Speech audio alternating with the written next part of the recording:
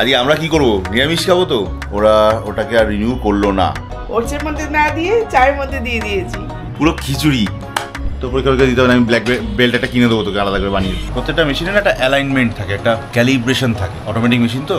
এবং আমি খুশি হব যদি আমার এই ধারণাটা পাল্টে যায়। কারেন্ট অ্যাকাউন্টটা ফ্রিজ করে দিয়েছি। আমি নাকি শিবরাত্রি পড়ার আগে শিব ঠাকুরের পুজো করে ফেলেছি। লিকেজটা কিন্তু হচ্ছে।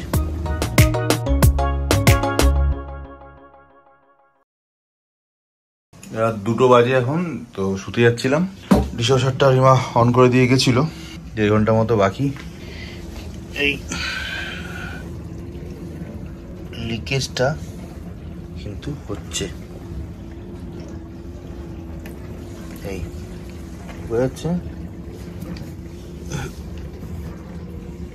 ওই একই জায়গা থেকে হচ্ছে, ওই কর্নার থেকেই হচ্ছে।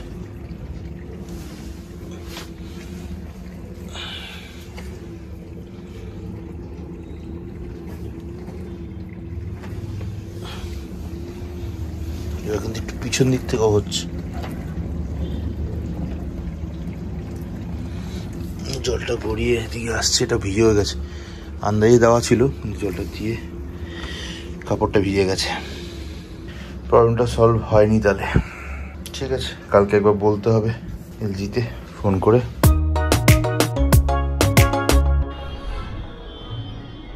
Good morning. Good morning. কি খাচ্ছ? চা। চা? চা না, চা চা। এই কি প্ল্যান কি আপনার? ছুটিতে ছুটি, পড়াশোনার তো কোনো ধার ধার নেই।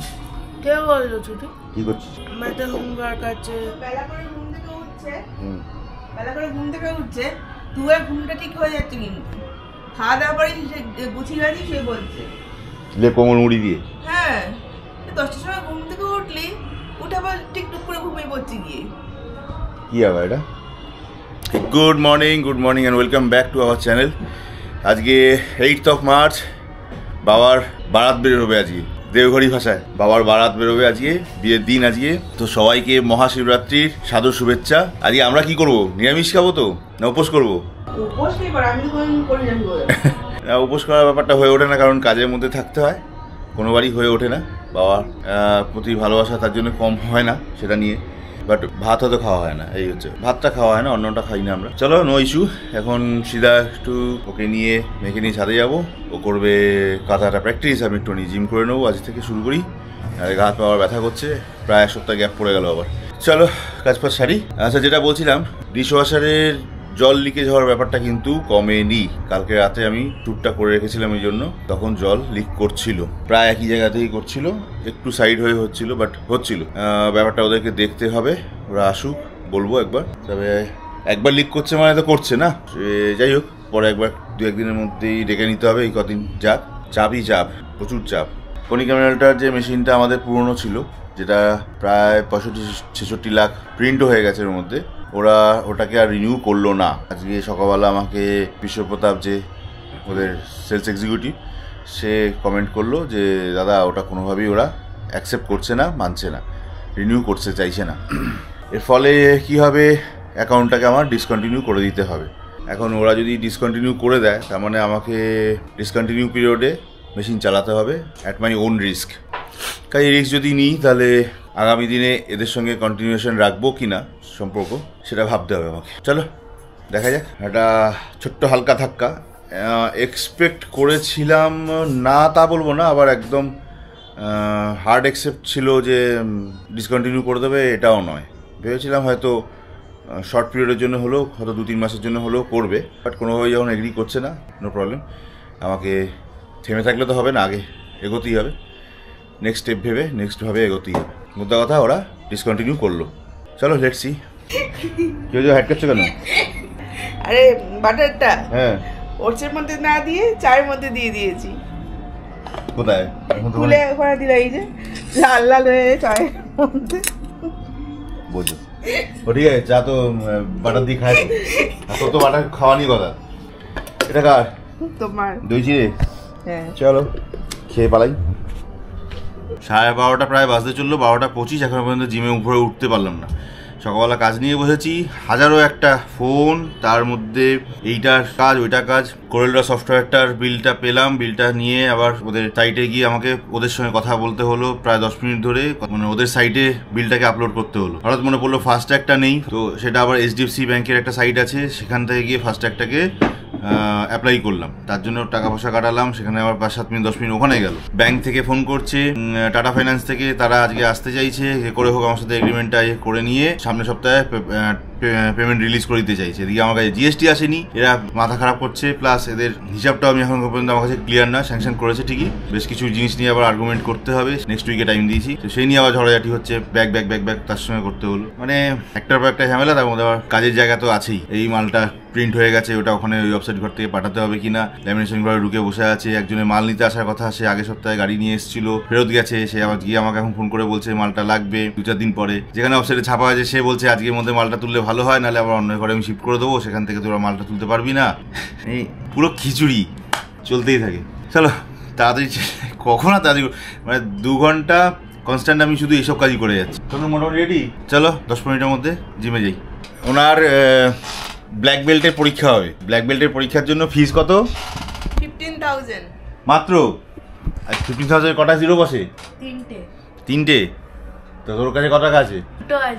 2টো আছে, মানে 1500 টাকা আছে। তা আমি বললাম এক কাজ কর, স্যারকে গিয়ে বল, স্যার আমাকে 15,000-এর 3টে শূন্য হয়, আমাকে 2টো শূন্য অব্দি আছে, এটা নিয়ে আপাতত কাজ চালান, ব্ল্যাক বেল্ট যদি পেয়ে যাই তাহলে আরেকটা শূন্য আপনাকে দিয়ে যাবো। করতে পারিস কিন্তু, বলে দেখ একবার। আর তোর কাছে যা আছে কয়েন ফয়েন আছে, 2 টাকা 1 টাকা কয়েন ফয়েন আছে, ওগুলো নিতে শুরু করে দে, হয়ে যাবে না? আচ্ছা, প্রচুর আছে কয়েন, প্রচুর আছে কয়েন, ওই দিয়ে হয়ে যাবে, 15,000 টাকা হয়ে যাবে, ও দিয়ে আসবে। তাহলে আমার খরচা লাগলো না।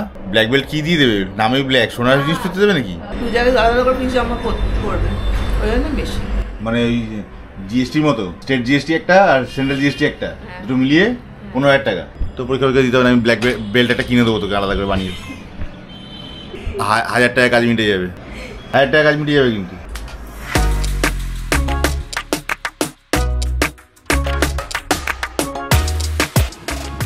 তুমি করো এখানে, আমি ভিতরে যাচ্ছি। হ্যাঁ, পুরো 7 দিন পরে এসেছি। 1 তারিখে এসেছিলাম, আজকে 8 তারিখ। এ হয় থরি হবে কিছু। 2:30 বাজে, আমার তো কমপ্লিট। দেখি সোনুর হয়েছে কিনা। মেয়ের হয়ে গেলে মেয়েকে নিয়ে নিচে নামি। কতদূর? চ 4:45 বেজে গেছে। এই যে সব জিনিসপত্র রিমা জোগাড় করে দিয়েছে, ওনাকে দেবো। এটাতে দুধ, সিদ্ধি, দই, ঘি, মধু, আর মিষ্টি, বেল, সবেদা, শশা, আকন্দমালা, অপরাজিতা ফুল, আর একটা কি সাদা ফুল, বেলপাতা। হ্যাঁ, এই পই জ্বালাতে হবে।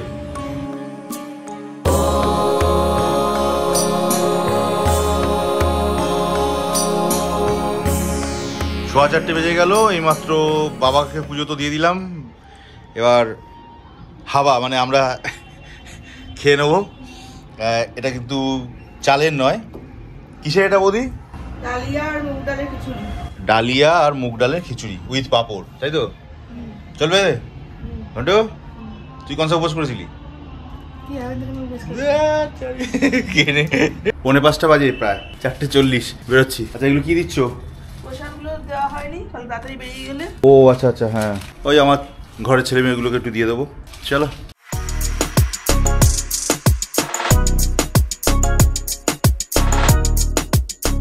ছটা বাজে, দুষ্টু ক্যারাটে ক্লাস আছে, ক্যারাটে ক্লাসের জন্য আমরা বেরোচ্ছি।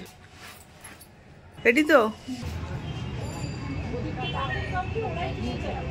মেয়েকে ক্লাসে দিয়ে আমি বাড়ি চলে এসেছি। অনেকগুলো কাজ আছে, সব প্রসাদগুলো দেওয়া হয়নি। বৈদ্যনাথ ধামের ফ্ল্যাটে সবাইকে প্রসাদগুলো দিতে হবে, এই জন্য চলে গেলাম। লোকে নিয়ে এসে দিতে গেলে অনেক লেট হয়ে যাবে। প্রসাদগুলো রেডি করা হয়ে গেছে, এখন প্রসাদগুলো দিয়ে তারপর মেয়েকে ক্লাস থেকে আনতে যাব। ক্লাস হলো? কটা বাজে বলতো? 8:10 হয়ে গেছে। এটা হাতে কি ইউনিফর্মটা? ম্যামকে বলে এসছিস তো? এটা আমাদের গলির পাশের মন্দির, যেটা সেখানে শিব ঠাকুরটাকে এবার সাজিয়েছে। 8:25 বাজে, এক্ষুনি বাড়ি এলাম। 8:40 বাজে। আজকের মতো এখান থেকে মোটামুটি গোটাবো, বাট একটু আগে অরুণবাবুর সঙ্গে মানে এলজি অরুণবাবুর সাথে হোয়াটসঅ্যাপে কথা হচ্ছিল, ওনাকে লিখেছি আমি যে জিনিসটা আবার লিক করছে, সঙ্গে সঙ্গে রেসপন্স করেছেন উনি। তারপরে মোজাহিদকে ফোন করে দিয়েছিলেন বোধহয়, বা কিছুটা বলে দিয়েছিলেন। মোজাহিদ ভাই ফোন করেছিল, তাই আমি বললাম যে আজকে কালকে তো আমাদেরও হচ্ছে না, সানডে বা মানডে দেখুন, ফোন করে নেবেন।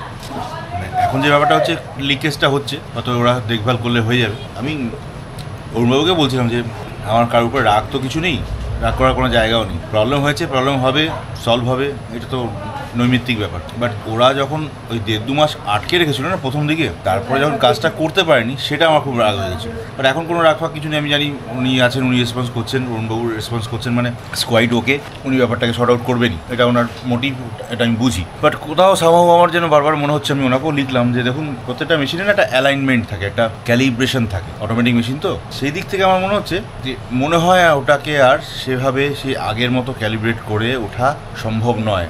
আই মে বি রং, এবং আমি খুশি হব যদি আমার এই ধারণাটা পাল্টে যায়। বাট সামহাও আমার মনে হচ্ছে, তাই ওনাকেও লিখলাম এখানে, তাই বলছি। আমার রাগ ফাগ কিছু নেই, আসবেন ওনারা এসে ঠিক চেক করে দেবেন, কোনো অসুবিধা নেই, হয়েও যাবে, হয়তো হয়েও যাবে। মানে এর মধ্যে কোনো রাগ দুঃখ গ্লানি তো একদমই নেই, কারণ উনি আটমোস্ট চেষ্টা করছেন, করেওছেন, করবেনও। বাট ওই হয় না মানে যে এর 50% চেষ্টা যদি প্রথম থেকেই ডাইরেক্ট ওনারা দেখে নিতেন, তাহলে মনে হয় আমার মেশিনটা এতটা খারাপ পারফরমেন্সের জায়গায় যেত না। আমি দেখাচ্ছিলাম যে রাতের বেলা অল্প হলেও লিক করছে জল, বাট লিক ইজ লিক, কাপড়টা অলমোস্ট হাফ ভিজে গেছিলো, যার ফলে লিকেজটা কন্টিনিউ রয়েছে। দেখি ওনারা কি মানে স্টেপ করে এটাতে। আর মেজানাইনের বলতে ওই ভদ্রলোক আজকেও এসেছিলেন, ফ্রেমের ভদ্রলোক, তার সঙ্গে একবার ড্রয়িং ফয়িং নিয়ে, আঁকা ফাঁকা নিয়ে একটা কথাবার্তা হচ্ছে। সোমবার দিন দেখি সেরকম হলে ফাইনাল যে এটাই করব, সেটা একবার ফাইনাল ড্রয়িং নিয়ে বসে ওনার সাথে কথা বলে দেখি। বাকি কাজের গতি বলতে কিছু নেই, কারণ জানতাম কালকে যখন জিএসটিটা কোনো রেসপন্স আসেনি কাল থেকে, তো আজকে, কালকে এবং আগামীকাল কোনোভাবেই সেটা কোনো চান্সও নেই। আর কি বলবো, মানে বলবার মতো কোনো জায়গাই নেই আর কি। চুপচাপ হাতে হাত ধরে এখন বসে থাকা ছাড়া মনে হচ্ছে কোনো কাজ নেই, কিচ্ছু করতে পারছি। চলো আপাতত গোটাই এখান থেকে, বাড়িতে যাই, তারপর দেখছি। আজকে আবার ভাত জাতীয় বা চাল জাতীয় কিছু কিংবা পোড়া ভাজা কিছু খাওয়া যাবে না, খাই না। এই জন্য এখানে বিকেলবেলা ওরা টিফিন আনে, মুড়ি জিরা মাখা কিছু আনা হয়, খাওয়া হয়, আর সেটাও খাওয়া হয়নি, খিদেও পেয়ে গেছে, একটু ঝিমিয়ে রয়েছি, এনার্জিটাও ডাউন হয়ে আছে। চলো বেরোই।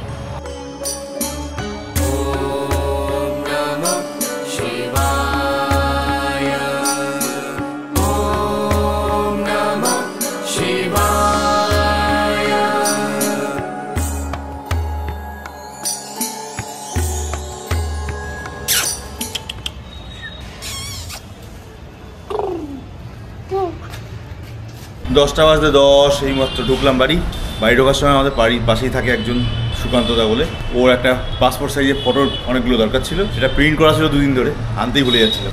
আজকে নিয়ে এসে তারপরে ওকে দিয়ে বাড়িতে তারপরে এলাম। জীবনে এমনিতেই ঝামেলার শেষ নেই, তার মধ্যে নতুন উৎপাত প্রতিদিন। গত 2 দিন ধরে আমার কাছে SMS আসছিল যে মিসেসের সেভিংস অ্যাকাউন্টে KYC জমা করতে হবে, নালে অ্যাকাউন্টটা ফ্রিজ করে দেবে। আমি প্রথমে খেয়াল করিনি অতটা। চিঠি আসে গতকাল পরশু দিনকে, তাতে লেখা আছে যে লাস্ট ওয়ার্নিং, আপনার যদি KYC জমা না করেন এবার অ্যাকাউন্ট ফ্রিজ করে দেওয়া হবে। তারপরেও আমি ভুলে গেছি কাজের তালে, টেনশনের চাপে। আজকে আমার মাকে মহাজন, তারও ওখানে কারেন্ট অ্যাকাউন্ট আছে, সে বলছে আজকে তার নাকি এরকম ওয়ার্নিং ফিওয়ার্নিং কিছু দেয়নি, আচমকা KYC কারণে ওর কারেন্ট অ্যাকাউন্টটা ফ্রিজ করে দিয়েছে, ডেবিট করতে পারছে না, পেমেন্ট করার আছে, NEFT করবার আছে, করতে পারছে, টাকা ঢুকছে। তখন কিছু বলেনি, আমার তখন শুনে টনক নড়ল, আরে তো আমারও একই কাণ্ড হয়ে আছে, তাহলে আমারও কাণ্ড হবে একই। বাধ্য হয়ে এখন আবার এসে ম্যানেজারবাবুকে ফোন করলাম, স্যার এই ব্যাপার কি হয়েছে? বলে ও কোনো চিন্তার কোনো কারণ নেই, যদি ফ্রিজ হয়েও থাকে আপনি প্যান নাম্বার, আধার নাম্বার আবার সোমবার দিন এসে জমা করে দেবেন, আনফ্রিজ করে দেওয়া যাবে। এমনি উৎপাতের শেষ নেই, তার মধ্যে আবার নতুন করে প্রতিদিন একটা ফ্যাকড়া। আগো কি কষ্ট দেখছো তুমি মেয়েটাকে, 2 ঘন্টা 2.5 ঘন্টা করে প্র্যাকটিস করাচ্ছে বলে। দেখো ওগো মেয়েটার মুখ দিয়ে কথা হচ্ছে, বলছি ঘুম পাচ্ছে। আমি দুপুরে ঘুমাসনি? বলি কি হ্যাঁ ঘুমিয়েছি, তেমনভাবে নয়, কেমনভাবে ঘুমালে দুবেলা আবার ঘুমোবে না। হ্যাঁ বাবা 12টা বেজে গেছে, রাতে ডিনার ডালিয়া উইথ ঘি অ্যান্ড আলু সেদ্ধ চলবে। আচ্ছা গন্ডগোল একটা হয়েছে বলছে আমার বউ, যে আমি নাকি শিবরাত্রি পড়ার আগে শিব ঠাকুরের পুজো করে ফেলেছি, তাই কি? সে তখন জ্ঞান দেওয়ার সময় মনে ছিল না পুজোটা কে করাবে? লাভিয়েছি শিবরাত্রির মাথায় জল দিয়ে যাবো, ভুলে চলেই যাচ্ছিলাম। যাক আগে দিয়ে দিয়েছি, ফার্স্ট প্রেফারেন্স আমারই হবে আর কি। লগ্ন পড়ার আগে যখন আমি দিয়ে দিয়েছি মানে আমারই নাম আগে হবে, দিয়ে দিয়েছি আর কি করে। বাবা তোমার ঠান্ডা লাগবে এবার, কিছু করার নেই। আর কি বলবো, বলার মতো কিছু নেই। চলো আজ শিবরাত্রি ব্লগ এখানে দুঃখের কাহিনী না শুনিয়ে এখানে শেষ করি।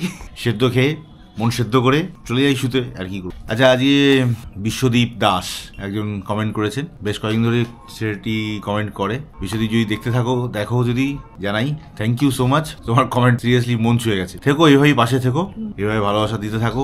Really grateful and thankful. Thank you so much. চলো bye bye, tata, good night. দেখা হচ্ছে আবার কালকে একটা নতুন যুদ্ধের ব্লগ। হ্যাঁ, যুদ্ধই তো। একটু আগে আমি আর মেয়ে মহাভারতের এপিসোড দেখছিলাম, তো জীবনটাও তাই মহাভারতের সঙ্গে প্রচুরভাবে রিলেটেড, প্রচুরভাবে রিলেটিভ। চলো, তো এই মহাভারতের যুদ্ধের জন্য আবার রেডি হই, মানে আগামীকাল। See you tomorrow, till then good night, bye by.